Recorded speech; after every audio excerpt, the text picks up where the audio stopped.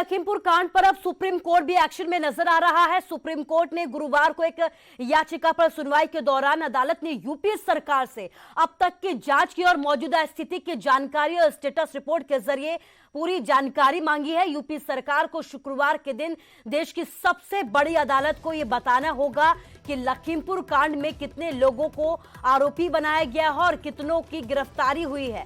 रविवार की इस खौफनाक वारदात के बाद से अब तक कोई गिरफ्तारी नहीं हो पाई है, जबकि यूपी सरकार अदालत में एसआईटी जांच का हवाला देती रही है। हालांकि अब तक स्टेटस रिपोर्ट के जरिए सुप्रीम कोर्ट को तफ्तीश की असल तस्वीर बताई जाएगी।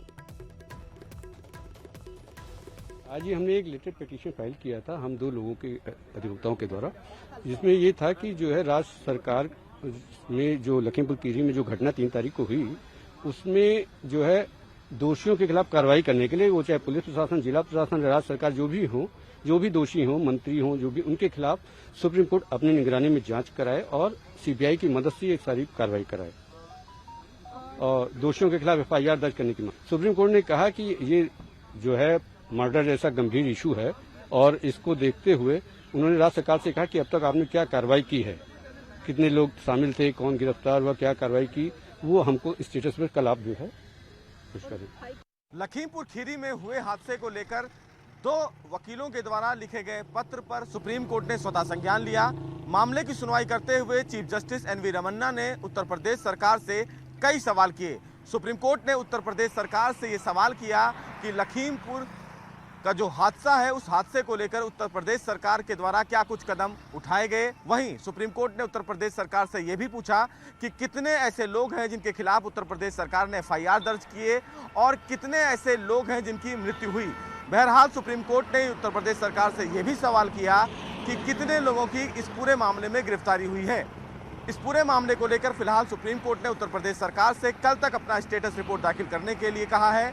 वहीं सुप्रीम कोर्ट ने मामले की सुनवाई करते हुए लखीमपुर खीरी के हादसे पर कहा है कि ये बेहद दुर्भाग्यपूर्ण घटना है। अब ऐसे में देखना बेहद अहम होगा कि कल इस पूरे मामले को लेकर उत्तर प्रदेश सरकार सुप्रीम कोर्ट में अपना क्या कुछ हलफनामा दाखिल करती है। लेकिन मामले की सुनवाई के दौरान सुप्रीम कोर्ट ने लखीमपुर हिंसा को लेकर चिंता व्यक्त की। वहीं मामले की सुनवाई के दौरान सुप्रीम कोर्ट में एक किसान की मौत के बाद उसकी मां के स्वास्थ्य को खराब करने के मामले में भी सुप्रीम कोर्ट ने उत्तर प्रदेश सरकार से यह कहा है कि उत्तर प्रदेश सरकार उस मृतक किसान की मां को मेडिकल इलाज मुहैया कराए और इसका खर्चा सारा राज्य सरकार वहन करेगी। वहीं सुप्रीम कोर्ट ने इन तमाम चीज़ों को लेकर उत्तर प्रदेश सरकार से कल तक हलफनामा दाखिल करने के लिए कहा है। वहीं सुप्रीम कोर्ट कल दोबारा इस पूरे मामले की सुनवाई करेगा। कैमरामैन गौरव गिरी के साथ सुशील पांडे, न्यूज़ 18 दिल्ली। और अब बात उपचुनाव को लेकर सियासी हलचल की करते हैं, जहां पर नारायणगढ़ में बीजेपी नेताओं का विरोध करने पहुंचे किसानों में एक किसान घायल हो गया। किसानों ने बीजेपी नेताओं के काफिले में शामिल एक गाड़ी चालक पर कुचलने के आरोप भी लगाए हैं। दरअसल नारायणगढ़ में बीजेपी नेताओं का सम्मान समारोह का एक कार्यक्रम था, जिसमें शामिल होने के लिए हरियाणा के खेल मंत्री संदीप सिंह और कुरुक्षेत्र से सांसद नायब सैनी पहुंचे थे। जैसे ही किसानों को इस बात की भनक लगी तो वो बीजेपी नेताओं का यहां पर विरोध करने के लिए पहुंच गए। इस दौरान एक किसान भी घायल हो गया, जिसने ये आरोप लगाया है कि उस पर गाड़ी चढ़ाने की कोशिश की गई।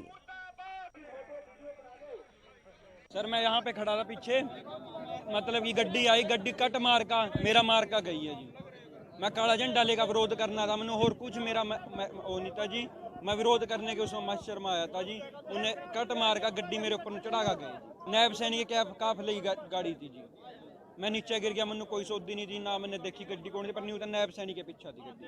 देखो आज नारायणगढ़ के अंदर जो नायब सैनी बार बार, जबकि इनका यहाँ से कोई लेना देना नहीं है, ये कुरुक्षेत्र के सांसद हैं और अम्बाड़े के अंदर लोगों को जातिबाजी के बीच में भड़काने का काम करते हैं। और जो हमारे नारायणगढ़ के अंदर इसमें विरोध कर रहे थे और विरोध हमारा साथी एक साइड में खड़ा था और हमें अभी पता लगा, अभी हम भी पहुंचे हैं, वो झंडा लेके साइड में काला झंडा दिखा रहा था, उसके ऊपर कट मार के हमारे साथी के ऊपर इन्होंने गाड़ी चढ़ाई जानबूझकर। जैसे यूपी के अंदर इन्होंने कानूनी हरकत किया, ऐसे ही ये हरियाणा के अंदर भी करने लग गए हैं।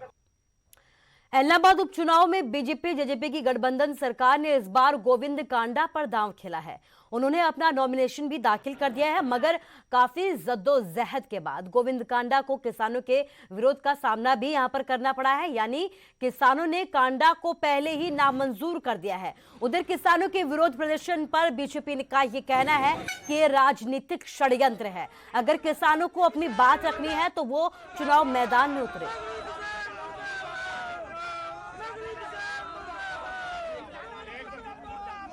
पहुंचे हैं इस वक्त नामांकन स्थल पर और यहां पर आप देख रहे हैं कि नामांकन दाखिल करने के लिए तमाम जो नेता हैं वो पहुंचे हैं। बीजेपी के प्रदेशाध्यक्ष ओम प्रकाश धनखड़, सुभाष बराला, तमाम जो बीजेपी के दिग्गज नेता हैं, कैबिनेट मंत्री हैं, वो भी उनके साथ हैं। सर क्या कहेंगे सर, चुनाव का रन, इलाहाबाद उपचुनाव नामांकन करने आए, अभी तो नामांकन होने दो। फिर भी क्या दावा क्या किया जा रहा है सर? बहुत अच्छा चुनाव होगा और लोकतंत्र में चुनाव जो है वो पर्व होता है, उसका उत्सव होता है। नवरात्रों का भी उत्सव शुरू हो रहा है। इस नाते से सारी पार्टियां आएंगी मैदान में, लेकिन एक बात ज़रूर है, अभय सिंह जी ने जिस बात के लिए इस्तीफा दिया था, वो अभी जिन मुद्दों पर उन्होंने दिया था, तो लोगों को लग नहीं रहा कि अभी वो चुनाव में क्यों आ रहे हैं। तो सर जो विरोध हो रहा है इसका क्या कहेंगे सर, जो फार्मर्स विरोध कर रहे हैं? किसी को भी लोकतंत्र में अपनी बात कहने का हक है। हर कोई अपनी बात कहे, लोकतंत्र में अपने तरीके से कहे, उसमें किसी को आपत्ति नहीं हो सकती। मैडम क्या कहेंगे, इतने विरोध के बावजूद क्या लगेगा, कमल खिलेगा यहाँ पर? नहीं, कितना विरोध, देखिए ऐसा है कि किसान जो है ना वो हमेशा मेहनत करता है, वो अपनी खेत में काम करता है। जो इस तरह का विरोध है, ये राजनीतिक दल हैं, वो ये चाहते हैं कि हमने जो धरातल पर काम किए हैं, माननीय मुख्यमंत्री जी ने पिछले 7 सालों में जो काम किए हैं, वो हम लोग जो हैं वो ना दिखा सके, लोगों को ना बता सके, इसलिए ये विरोध की राजनीति जो है वो करने की कोशिश की जा रही है, जबकि ऐसी कोई बात नहीं है।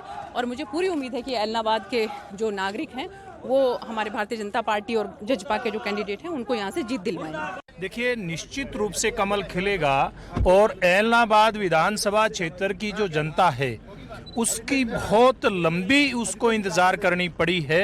सत्ता में भागीदारी करने का मौका पहली बार 2005 के बाद यहाँ की जनता को मिल रहा है। तो निश्चित रूप से मैं एक बात कहना चाहूँगा कि यहाँ की जनता सत्ता में भागीदारी करेगी और भारतीय जनता पार्टी के जो उम्मीदवार हैं गोविंद कांडा जी, प्रमुख समाज सेवी हैं सिरसा के, सब लोग जानते हैं कि किस प्रकार से आम आदमी से उनका व्यवहार रहता है, आम आदमी के बीच में रहने वाले हैं। ऐसा नहीं है कि पूर्व में जिस प्रकार से वहाँ के चुने हुए प्रतिनिधि होते थे, जनता को अपने आप को कहते थे हम जनता का आदमी है, लेकिन जनता के बीच में आते नहीं थे।